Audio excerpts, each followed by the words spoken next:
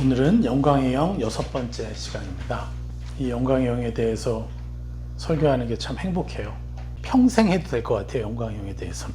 그래도 부족함이 없을 만큼 하나님이 얼마나 찬란한 분이신지를 나날이 더 느낄 수 있고 인지할 수 있다는 게 얼마나 감사한지 모르겠습니다. 이렇게 영광의 영을 계속 몇 주 동안 하면서 어느 성도님이 이런 고백을 하셨어요. 하늘 차원의 믿음은 목회자나 사역자나 선교사나 이런 분들만이 가질 수 있는 믿음이라고 여겼었다고 생각했다는 거예요. 또 게다가 자기는 하나님의 영광스러운 삶을 사는 것이 우리 삶에서 나타나지도 않고 보여짐을 받지도 못했고, 그리고 또 그 방법도 몰라서 자신이 누려야 할 믿음의 실체가 무엇인지 전혀 알지 못했다는 그런 고백을 하시더라고요. 근데 이제 그거를 느낀다는 거예요. 인식하고 있다는 거예요. 그래서 하늘 차원의 믿음, 그리고 영광영의 실체라는 것이 초자연적인 것이 아니라 우리 일상에서 말씀으로, 즉 하나님의 형상으로 다스려 주는 것이라는 사실, 이 진리를 이제 느끼고 있다는 것을 또 고백을 하시더라고요. 그래서 얼마나 감사한지 모르겠습니다. 이것들을 인지하면 할수록 우리는 하나님의 음성이 더 잘 들릴 것이고, 또 우리의 감정으로까지 하나님의 존재가 더 깊이 느껴져서 우리는 이 세상에 살지만 이 세상에 속하지 않은 하늘의 사람으로 넉넉하게 살아갈 것입니다. 예, 얼마나 감사한지 모르겠습니다. 그래서 우리는 이처럼 막연했던 믿음과 구원의 실체를 명확히 알고 누려야 합니다. 그리고 이것을 알려야 돼요. 이 땅이 이슬람과 별 차이가 없어요. 이들에게 진정한 하나님을 알려서 그들도 진정한 하나님의 자녀된 삶을 살도록 우리는 도와야 할 것입니다. 이런 삶을 누려야 세상을 이기고 세상을 위로해 줄 수 있는 하나님의 자녀로 살 수가 있는 것입니다. 그래서 우리 열심을 내서 막연히 교회 다니는 그런 사람들이 아니라 하나님의 자녀로서 이 땅에 위대한 하나님의 자녀다운 삶을 또 살아가고 또 하나님의 형상을 놀랍게 보여주는 그런 삶을 살아갑시다. 네, 기대가 됩니다. 이번 주 주제는요, 각 사람의 지능을 높여주는 권세를 누리자. 조금 생뚱맞죠? 네, 각 사람의 지능을 높여주는 권세가 우리에게 있습니다. 자, 이 부분에 대해서 구체적으로 말씀 전하도록 하겠습니다. 본문 말씀 보겠습니다. 베드로전서 2장 16절 17절 같이 읽겠습니다. 너희는 자유가 있으나 그 자유로 악을 가리는 데 쓰지 말고 오직 하나님의 종과 같이 하라. 무사람을 공경하며 형제를 사랑하며 하나님을 두려워하며 왕을 존대하라. 우리 지난주에 선포했던 말씀인데 좀 더 세밀하게 나누도록 하겠습니다. 16절 다시 한번 읽어볼까요? 너희는 자유가 있으나 그 자유로 악을 가리는데 쓰지 말고 오직 하나님의 종과 같이 하라. 이게 무슨 말씀일까요? 예, 우리에겐 자유가 있어요. 자유가 있다는 건 뭐냐면요, 편안함이 있다는 거예요. 제가 선교지에 있을 때 그 압박감과 이 땅에서 내가 시간을 보내는 게 너무 달라요. 스트레스가. 저희는 매 주마다 예배를 드리러 가면서도 오늘 붙잡혀 가지 않을까, 모임을 하면서도 CCTV를 확인해야 돼요. 어딜 가서도 될 수 있으면 CCTV 사각으로 움직이고, 그러면서 계속 붙잡힐 것에 대한 두려움이 있었어요. 이 땅에 오니까 진정한 자유를 누리는 것 같죠? 제가 이 땅에 살아보니까 여기도 똑같이 자유가 없어요. 계속해서 강박관념이 나를 붙들고 그것이 나를 조종하고 거기에 끌려다니고 내가 내 자신의 주인이 되는 것이 아니라 종이 되어 있는 삶, 이러한 시간들을 너무 많이 보내고 있다는 것을 알게 됐어요. 근데 그 결정적으로 그렇게 속박하는 게 무엇이겠습니까? 바로 어둠이죠. 근데 그 어둠을 깨트릴 수 있는 유일한 방법은 참 빛이신 하나님이 오셔야 참 자유에 이르는 것인데 우리는 그 참 자유를 많이 못 누렸어요. 우리가 교회를 다니고 수십 년 신앙생활을 했어도 참 자유라는 것을 못 누렸어요. 그 첫 번째 원인이 뭐예요? 하나님을 두려워하기 때문에. 그것 때문에 참 자유를 누리지 못했던 거예요. 그런 잘못된 그 하나님의 이미지 때문에 항상 두려움으로 매일매일을 살아야 돼요. 저도 선교지에서 정말 많은 밤을 새워가면서 사역을 했어요. 그런데 그렇게 열심을 내었던 원인 중에 하나가 하나님이 나를 더 사용하시지 않으면 어쩌실까 하는 두려움이 있었어요. 하나님의 영광스러운 길에 내가 탈락자가 되면 어쩌지 하는 두려움이 있었어요. 그것이 나의 열심의 동력이었어요. 그러면서 이제 하나님을 깊이 성막을 통해서 알아가고 느끼면서 하나님의 진짜 아버지됨을 내가 느끼면서 여기서 탈출하기 시작했던 거예요. 여기에 분명히 얘기합니다. 너희는 자유가 있으나. 그러나 그 자유가 뭐예요? 하나님 아버지의 자녀됨이죠. 그래서 무엇이건 우리는 할 수 있어요. 그런데 그 자유로 뭘 한다 그래요? 악을 가리는 데 쓰고 있다라고 얘기하는 거예요. 권면하는 거예요, 지금.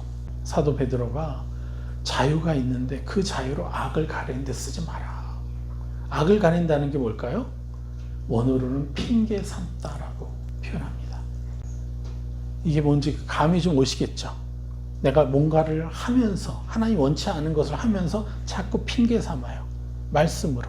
그래서 오늘은 이 말씀이 오늘은 귀걸이가 되고 이 말씀이 내일은 코걸이가 돼요. 그렇게 자기 양심을 속여가며 자유함을 악과 같이 사용하는 거예요. 악과 함께 자유함을 사용하면요 속박인 것입니다. 그것이 조종당하는 거예요, 악에게. 우리는 이 자유함을 누구와 사용해야 돼요?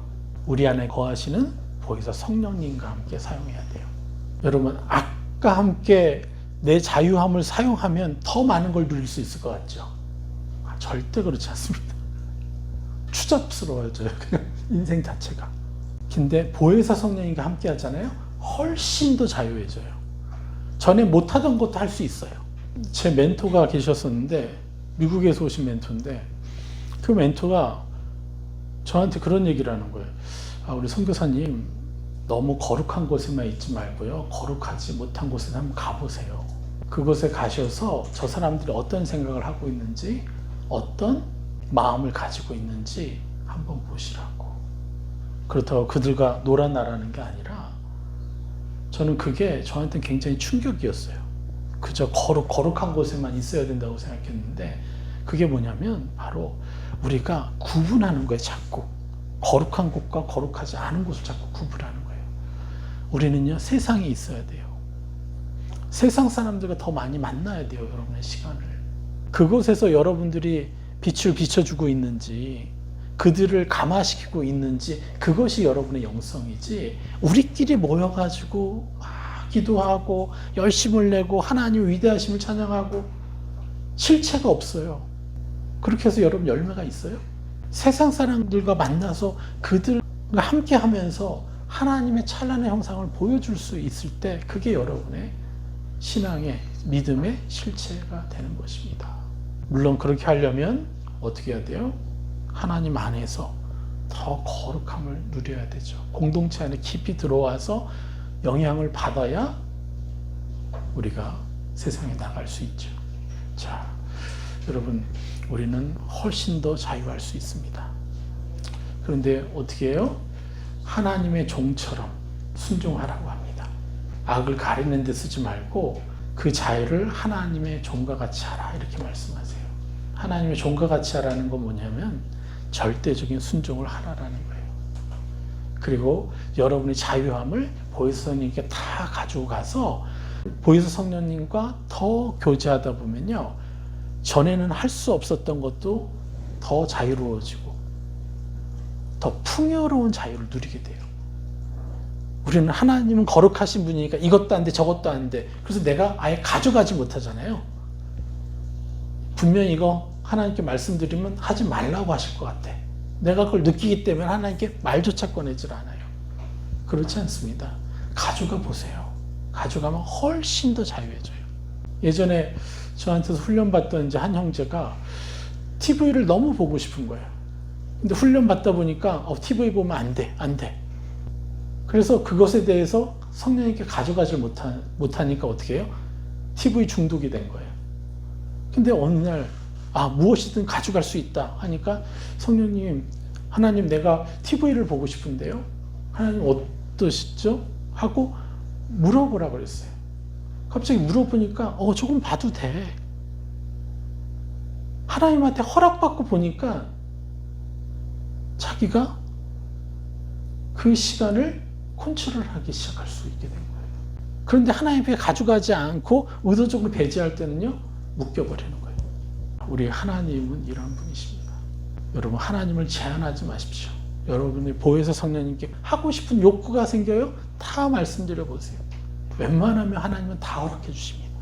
그 속에서 우리는 더 자유함을 누리고 더 건강하게 미디어나 또 다른 영역들을 다 건강하게 즐길 수가 있어요. 이 성생활도 마찬가지예요. 섹스라는 것도 부부간에 하는 건 너무 좋죠. 근데 부부간에 안 하고 딴 데 가서 해요. 얼마나 심각한 죄예요? 가정을 완전히 무너뜨리는 거죠. 이런 모든 것들도 다 하나님 안에서 하면요, 훨씬 더 차원이 다른 거예요. 이런 것들에 대해서 우리 명확히 이해해야 돼요. 근데 문제가 뭐냐? 왜 자꾸 핑계를 삼냐? 하나님 말씀을 가지고 또 자유함을 가지고 왜 핑계를 삼냐? 성령님께 가져가지 못하기 때문에 핑계 삼는 거예요. 악에게 붙잡혀서 자꾸 핑계 삼는 일을 하는 거예요. 그런데 성령님께 다 가져가면 핑계 삼지 않고 더 찬란하게 사용할 수 있는 것이요. 할렐루야. 이게 우리 하나님이에요. 근데 가져가지 못한다? 이거는 딱 이슬람 사람들이 하는 거예요. 이슬람 사람들은요, 절대 알라에게 물어보질 않아요. 왠지 아세요? 신성 모독죄이기 때문에. 이 버러지 같은 것들이 어떻게 감히 나한테 이렇게 되는 거예요. 이들의 심정이. 그런데 우리 그리스도인들은 어떻습니까? 이것도 하고 싶고 저것도 하고 싶고 막 되게 많은데 하나님 싫어하실 거야 딱 하고 그냥 두려워서 아무 말도 못하고. 그러니까 하나님하고 가까워질 수 있나요? 그냥 평행으로 가는 거죠. 가까워지질 않아요. 평행선으로 그냥 가는 거예요. 여러분의 24시간의 모든 일상은 하나님의 주권 아래서 이루어지는 것입니다. 믿습니까? 그럼 왜 이런 재수없는 일을 당했나? 왜 내가 이런 사람을 만났나? 왜 저런 사람 내가 길거리에서 보게 됐나? 다 하나님의 주권 아래 있는 것이에요. 그러면 그것이 여러분을 슬프게 하고 상처가 되게 하고 공격이 되고 어쩌면 방종을 하게 하는 그 모든 것들은 성령님과 함께 해야 하는 것입니다. 그러면 어둠의 조종 가운데서 자유할 수 있어요. 자, 핑계 삼지 맙시다. 핑계 삼게 되는 건 왜 그렇다고요? 성령님께 가져가지 않기 때문에. 내가 하나님을 제한하고 있기 때문에 그렇습니다. 자, 우리 17절 무사람을 공경하며 형제를 사랑하며 하나님을 두려워하며 왕을 존대하라. 이 17절 말씀은 우리 지난주에 올바르게 번역을 해드렸습니다. 너무 중요한 순종의 핵심을 가르쳐 주신 거죠. 너무 중요한 말씀이에요. 그리스도인의 삶의 지표인 것이고 이것을 순종하면 말씀에 걸려 넘어지지 않는 삶이 어느 정도는 보장이 된 방법입니다.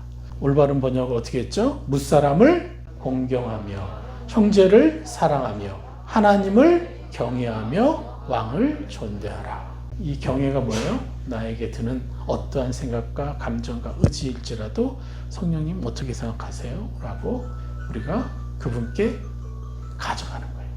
그것 자체가 굉장한 경외가 돼요. 여러분의 들어오는 모든 생각들을 성령님 당신은 어떻게 생각하세요? 이것이 너무 중요합니다. 하루에 정말 많은 교제를 경험해 보시기를 축복합니다. 그래서 오늘은 이 무사람을 공경하는 방법과 형제를 사랑함에 대해서 구체적으로 설명해 드리겠습니다. 이 두 가지를 순종하게 되면, 정확히 말하면 형제를 사랑하는 구체적인 방법 중에 하나가 무사람을 공경하는 것이에요. 그 비결을 여러분이 충분히 알면 형제를 사랑하게 되죠. 그럼 저절로 하나님을 경외하라는 말씀도 순종할 수 있게 되고 또 왕을 존대하라는 말씀까지도 순종할 수 있습니다. 이 왕은 나중에 설명할 기회가 없을 것 같아서 말씀드리는 건데, 왕은 뭐냐면 주권자를 얘기해요. 그러니까 국가의 왕, 대통령 이런 사람뿐만 아니라 여러분이 속한 곳에 어떤 팀이 있으면 팀장, 이런 사람들까지 다 포함되는 거예요. 여러분의 영적인 리더십 이런 것들도 다 포함하는 거예요. 서버린, 주권자라는 뜻을 가지고 있어요. 무사람을 공경하라. 지난주에 말씀드렸죠. 무사람이 뭐예요? 모든 사람이라고 그랬어요. 어떤 사람도 예외 없는 존재예요. 나 저 인간 꼴 보기 싫은데 또 만났어. 그래서 기분 나빠서 이 회사 때려쳐. 그리고 딴 데 갔어. 딴 회사 갔는데 저기에도 또 있네, 저런 인간이. 요런 거. 어떠한 사람도 하나님이 여러분들한테 베풀어 주신 은혜요, 축복입니다. 은인이에요, 여러분들의 은인. 여러분의 영적인 수준, 형상, 여러분의 찬란함을요, 몇 단계 높여주는 그런 은인이에요, 그들. 왼수가 아니라. 그래서 여러분들은 감사하십시오. 왼수들을 만날 때마다. 할렐루야, 감사합니다. 나를 또 어디만큼 성장시켜 주실까? 진짜 기대하세요. 전 그런 사람들을 정말 용서하기가 싫어서 금식까지 하면서 축복해 주니까 와, 얼마나 놀랍게 변화시켜 주시는지. 금식은 이럴 때 하는 것입니다. 원수를 사랑해 주고 축복해 주기 위해서. 저 영혼이 더 멋진 사람이 되도록 축복하기 위해서 금식이 필요한 거예요. 내가 축복받겠다 이런 수준이 아니라, 그거는 여러분이 여러분을 더 사랑하세요? 하나님이 여러분을 더 사랑하세요? 왜 여러분 수준으로 사랑하려고 그래요? 우리 수준은 우리를 사랑해봐야 아무 의미 없어요. 하나님 수준은 내가 축복받아야죠. 그래서 우리는 열심히 감사해야 돼요. 무사람에 대해서. 자, 공경하다가 뭐라 그랬죠? 높이 평가하다라 그랬죠? 높이 평가하는 게 뭐야? 가치를 두는 거예요. 존경하는 거예요. 그래서 어떤 왼수 같고 너무 형편없어서 막 나 진절머리 날 정도의 악한 사람을 만날지라도 우리는 존경을 해야 돼요. 이게 사람을 공경하는 방법이에요. 구체적으로 뭐라 그랬죠? 그런 사람 만날 때 축복해 주는 거죠. 자, 그렇다면 우리 한번 깊이 생각해 볼 것이 있습니다. 자, 질문 한번 해볼게요. 무사람을 공경하지 못하는 것은 죄가 되나요? 아니면 그저 내 부족함으로 여기고 아유 빨리 그냥 해결해야지 뭐 이 정도인가요? 죄라는 게 뭡니까? 헬라어 원어로 하마티아, 관역을 벗어난 것이 죄라고 하는 거예요. 이 관역, 화살을 쏠 때 그 관역을 벗어난 것이 죄예요. 그래서 죄의 정의는 뭐예요? 하나님 우리를 창조하신 목적, 그 목적에 살지 못하는 것 그 자체가 죄가 되는 거예요. 어떤 사람은 10점짜리 정중앙에 맞는 삶을 살도록 디자인되어서 온 자녀가 있어요. 그 사람 10점을 맞아야 돼요. 어떤 사람은요 1점을 맞아야 돼요. 근데 그 사람은 1점을 맞아도 내가 10점을 맞아야 된다면 내가 9점 맞았잖아요.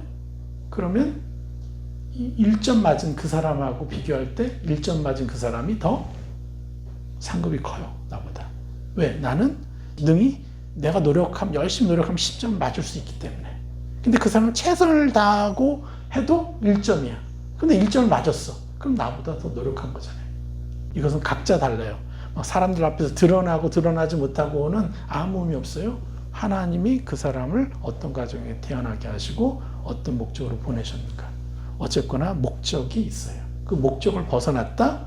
내가 10점을 맞아야 되는데 9점을 맞았다. 내게는 죄예요. 그래서 여러분들 삶이 계속해서 변했죠.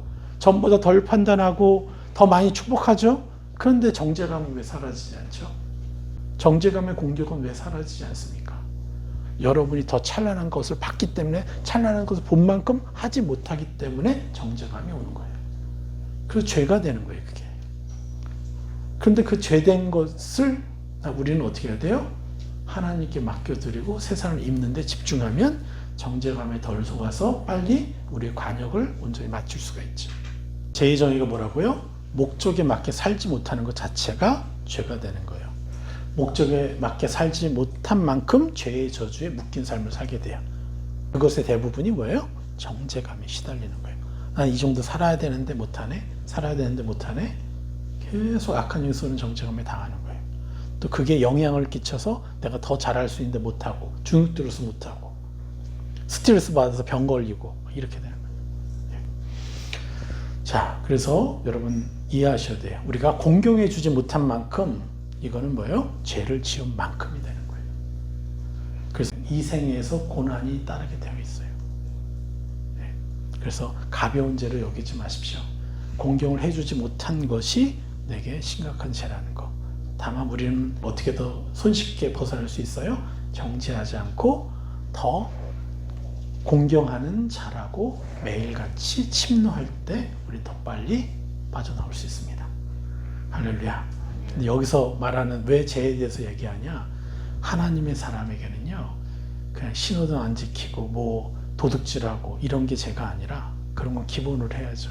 근데 그런 것이 아니라 사람을 공경하지 못할 때, 누군가를 무시할 때 어둠이 임하는 거예요.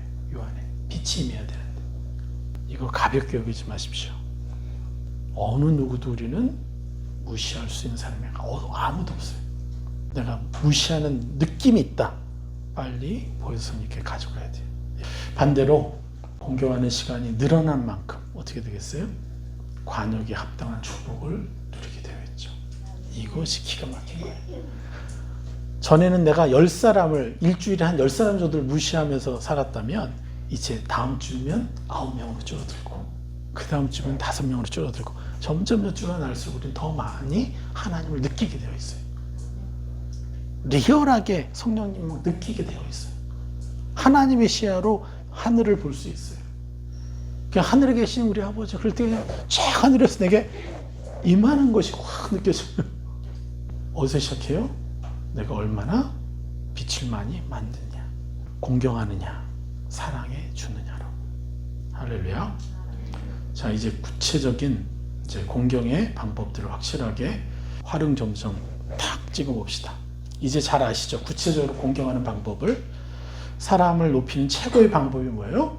판단과 혐오가 아니라 아름다운 생각, 아름다운 행동을 하는 사람이라고 우리가 구체적으로 입혀주는 거예요.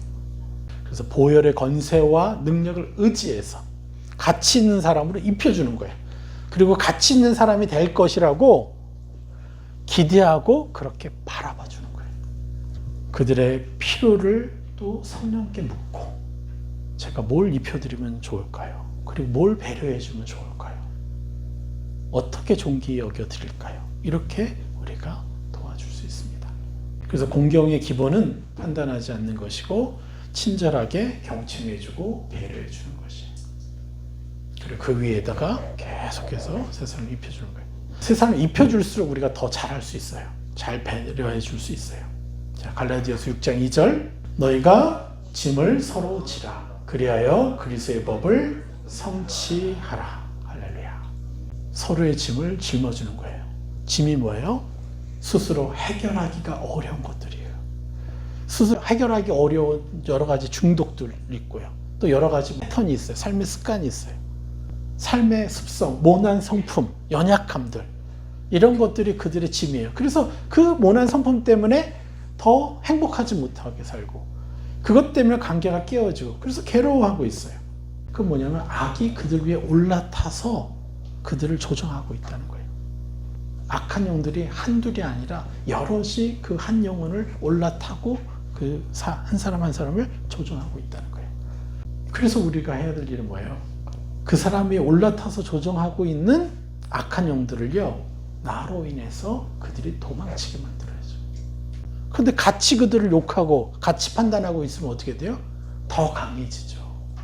그리고 나에게 또 다른 악한 영이 올라타려고 하죠. 그래서 우리는 축복해줘야 되는 거예요.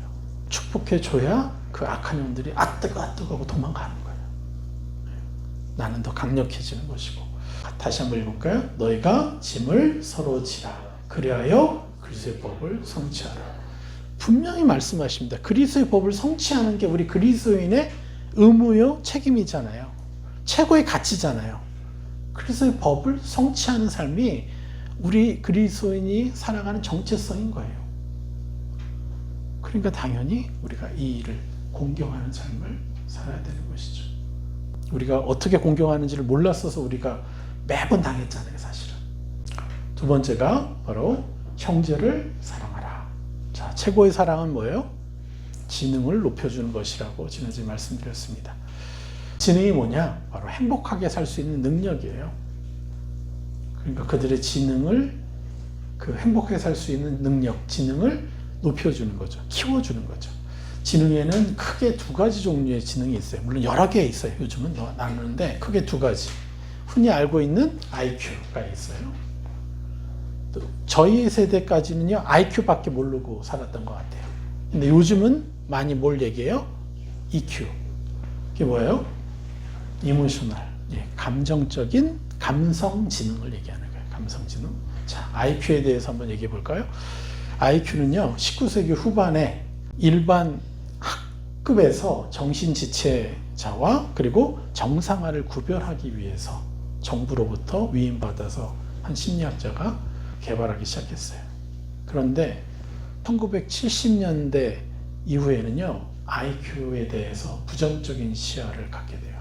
인간의 무한하고도 다양한 지능을 적절하게 표현할 수 없는 것이다, IQ는. 이런 비판을 하기 시작해요. 왜 그래요? 머리가 좋아가지고 서울대 보내놨더니 엉뚱한 짓 하고 있는 인간들이 많잖아요. 머리가 똑똑하다고 정의로운 사람이 되는 게 아니에요. 그래서 그런 거예요. 그래서 이제 전 세계적으로 아니구나. 이 IQ로 인간의 가치를 평가해서 만드는 것이구나. 근데 저희는 잘할 때까지 IQ 높으면요, 굉장히 존귀함을 받고, 공부 잘하면 존귀함을 받는. 그 결과로 이제 IQ 위주의 지적 재능을 넘어서서 또 다른 것들을 개발하기 시작했어요. 그것이 이제 감성 지능, 그리고 또 도덕 지능, 그리고 엔터테인먼트 지능, 이런 게 있어요. 또. 예. 이런 것들. 여러 가지 다양한 재능을 측정하는 지수들이 개발되기 시작한 거예요. 자, 지능 지수라는 건 뭡니까? 정보 습득 능력이죠. 사고 능력이에요. 그냥 단순한 지능이라고 저는 표현하고 싶어요. 그냥 똑똑함, 그냥. 예. 그런데 이거는 태어나는 것이고 유전적인 것이에요, 대부분. 물론 좀 어릴 때 좋은 환경을, 독서를 하게 하고 여러 가지 경험을 하게 하면 그것이 또 개발이 돼요. 예, 그러나 아주 크게 확 이제 개혁적으로 변화시킬 수 있는 건 아니에요. 자, 그래서 학습 습득의 차이가 이런 게 있어요. IQ가 100 전후, 90에서 100, 10, 이 전후의 사람들이 1년 동안 배울 양을요, IQ 130을 가진 사람은요, 6개월 만에 배울 수 있고, 140이 되는 사람은요, 3개월 만에 취득할 수 있다는 거예요. 그 차이예요. 그러니까 더 합숙 능력이 더 빠른 거죠. 그걸 뿐이에요. 이게 통찰하는 능력이나 이런 게 아니에요. 여러분들 이것들을 잘 아시고, 그래서 지능지수로 인한 심각한 문제가 발생되어서 1939년도인가 한 분이 이런 얘기를 해요. 지능 테스트 점수 하나로 사람을 천재라고 부르는 것을 조심해야 한다. 이미 이걸 개발하고 있을 때부터 이미 지능이 높다고 해서 천재라고 부르는 것을 조심해야 한다. 심리학자들이 이걸 다 알고 있었어요. 여러분, 이것이 사람의 가치를 결정하면 안 된다는 것을 여러분 계속 들어왔어요. 왜냐? 똑똑하다고 그 사람이 선한 것도 아니고, 똑똑하다고 그 사람의 비전이 큰 것도 아니고, 그리고 똑똑하다고 사회에 도움이 되는 게 아니에요. 그리고 똑똑하다고 자신의 분노 조절 능력이 더 개발되는 것도 아니에요. 그래서 그 한 사람의 가치를 결정해 주는 것은 그 사람의 감성 지능이 얼마나 높은가로 그 사람의 가치가 결정돼야 돼요. 그리고 그 감성 지능은요, 얼마든지 우리가 개발해 나갈 수 있어요. 더 높여줄 수 있어요. 더 높을 수 있어요. 저는 지금도 감성이 더 개발되고 있어요. 우린 죽을 때까지 개발될 겁니다. 할렐루야. 자, 감성 지능. 감성 지능은요, 자기 성찰 지능, 그리고 대인관계 지능을 합친 것을 감성지능이라고 해요. 자기 성찰은 뭐예요? 자기 내면, 인트로퍼스널 자기 내면을 향하는 거예요. 자신을 이해하고 받아들이며 관리하는 능력이 인터퍼스널 인텔리전스, 자기 성찰 지능이에요. 내 내면에 무엇이 있는가, 내 생각에 어떤 생각들이 있고 내 감정에 어떤 감정이 있고 나는 어떤 의지에 당하고 있는가를 볼 수 있는 것. 여러분, 우리 영적 레이더를 제가 이제 가르치면서 여러분들이 전보다 더 많은 어둠을 보게 됐죠. 더 많은 여러분의 감정의 세계를 보게 됐죠. 그런 것들 하나하나를 통찰할 수 있는 게 자기 성찰 지능이에요.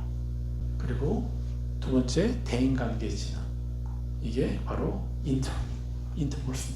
다른 사람들과, 매우 다양한 다른 사람들과 효과적으로 업무를 수행할 수 있는 능력을 말해요. 어떤 사람이건 만나는 것을 부담스러워하지 않을 수 있는 능력. 어떤 사람과도 그 사람에게 맞춰서 내가 그 사람을 존귀히 여기면서 그 사람을 살릴 수 있는, 이런 것들이 바로 뭐예요? 대인관계 지능인 거예요. 그래서 이거를 높이잖아요. 그러면 우리는 계속해서 하나님의 마음을 얻게 되는 거예요. 또 하나님의 마음을 얻으면 얻을수록 우리가 성화되었다는 그 증거, 이것도 어디예요?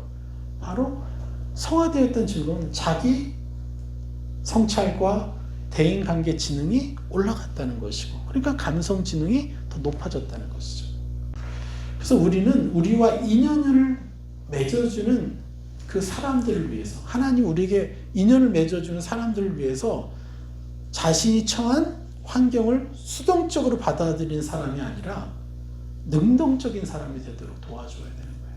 특별히 여러분의 자녀들, 여러분의 가족, 남편, 아내, 누구든. 수동적인 사람은 뭐냐? 자기가 처한 환경을 수동적으로 받아들이는 사람은 뭐냐? 대부분 피해의식을 갖게 돼요. 그리고 어둠과 함께 그것을 대처하려고 그래요. 삐지고 자존심 부리려고 하고, 저 사람 나한테 전화 안 했지? 몇 번 전화했는데. 이렇게 어둠과 같이 수동적으로 반응하는 거예요. 근데 이것을요, 하나님과 함께 가져가면, 같이 성찰하고 또 그 사람을 축복하다 보면요, 저절로 능동적인 사람이 돼요. 아, 저 사람이 무슨 상처가 있나 보다. 하나님 그것을 알게 해주셔서 감사합니다. 이번 갈등을 통해서 저 사람의 문제를 인식하게 해주셔서 감사합니다. 능동적으로 대처하게 돼요. 그럼 뭘 입혀줄까요? 입혀주게 되죠. 그러면요, 입혀주다 보면 내가 더 전화할 수 있는, 자존심이 아니라 국률함으로. 우리 최성 집사님이 지적 장애를 가진 아이를 이제 돕는 일을 하시는데 그 선생님에게 좋은 영향을 끼치잖아요. 계속 축복하니까. 나를 처음에 막 무시하는 것 같아서 좀 그랬는데 계속 축복하니까 아니었어. 이분이 너무 쑥스러워하시는 분이었어. 그러면서 자꾸 그분을 웃게 만들고 미소 짓게 하고. 이런 것도 뭐예요? 감성 지능이 우리가 더 발달됐기 때문에. 우리가 자존감이 낮았을 때는요, 이걸 못하죠, 사실. 그래서 우리가 감성 지능을 개발시켜주면 됩니다. 자, 감성 지능을 개발하는 방법. 조아리창. 요 네 가지가 있어요. 요게 그 사람이에요. A는 나도 알고 남도 아는 나. B는 나는 알고 남은 모르는 나. 그러니까 A는 뭐예요? 노출된 영역이에요. 누구나 아는 나예요. B는 숨기는 영역이에요. 나는 아는데 남을 모르니까 내가 숨기고 있어. C는 남은 아는데 나는 모르는 나예요. 그러니까 착각하는 거죠, 나에 대해서. 나에 대해서 착각하기 때문에 때로는 사람들이 저 푼수, 지도 몰라, 이런 식으로 이제 반응하는 영역이고, D는 뭐예요? 나도 모르고 남도 모르는 나. 이게 이제 무의식의 자아 영역. 그리고 뭐예요? 이게 미지의 영역인 거예요.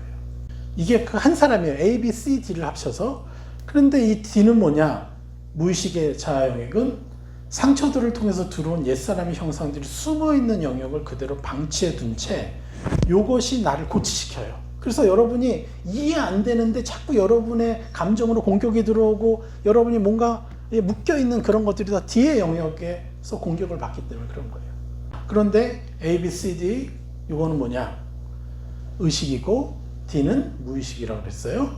자, 그러면 이걸 100%라고 한다면 의식은 몇 프로? 무의식은 몇 프로?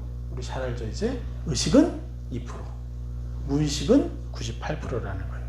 내가 내 자아를 인식해야 되는데, 자기를 통찰해야 되는데, 자아를 성찰해야 되는데 내가 통찰할 수 있는 건 겨우 뭐밖에 없어요? 2%도 안 되는 영역을 통찰하고 있다는 거예요. 그래서 이게 인문학의 한계라는 거예요. 근데 우리는 무엇을 통찰해야 되는 거예요? 성령님과 함께 저 98%의 미지의 영역을 통찰해야 되는 거예요. 하나님을 믿는 자는 이것을 통찰해서 이것을 가지고 더 높은 자로 올라갈 수가 있는 거예요. 그래서 성령님과 함께 더불어 그 안으로 깊이 들어가서 하나하나 빛으로 바꾸는 것들. 이 일을 행할 때 우리 삶이 바뀌어가는 것이죠. 한번 읽어봅시다.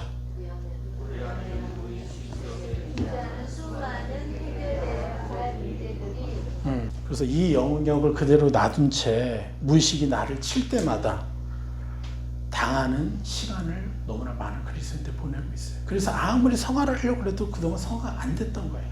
의식하지 못하고는 생각한 적 의지가 나를 묻고 공격하기 때문에.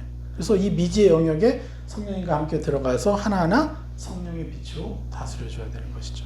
이것을 통해서 더 깊이 알 수 있는 게 뭐예요? 자, 여러분 자신에 대해서도 2%도 안 되는 영역을 알고 있어요.